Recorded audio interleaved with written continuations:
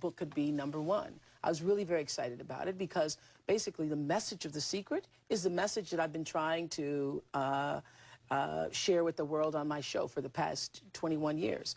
The message is that you're really responsible for your life. You are responsible for your life. I've known this. I've known this since The Color Purple. In 1985, I've probably told you the story when I did The Color Purple, but in 1985, I did The Color Purple. Prior to that, I had read the book, Larry. Now, this is when I got The Secret thing, but I didn't know it was called The Secret. I read the book, The Color Purple, and then went out and got books for everybody else I knew.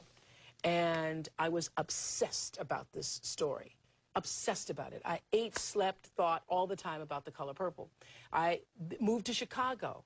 I get a call from a casting agent asking, would I like to come and audition for a movie? I've never gotten a call in my life from anybody for a movie or anything like that. And I say, is it The Color Purple? And he says, no, it's a movie called Moonsong. And I go, well, I've been praying for The Color Purple.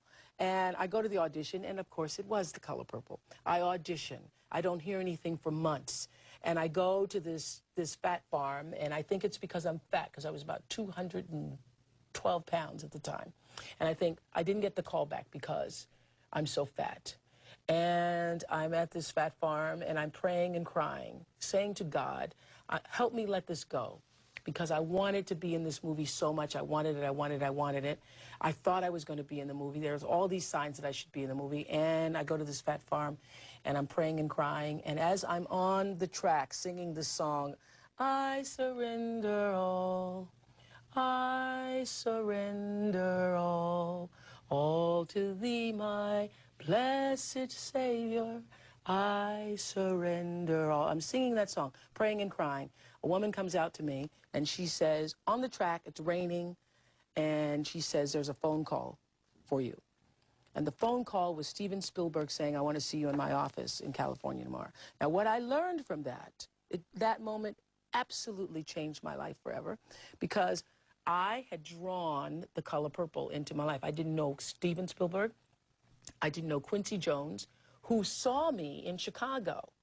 In 1984, he was there for a lawsuit that was being filed against Michael Jackson because he'd been working on his Thriller album. And he saw me on AM Chicago and said, that's Sophia.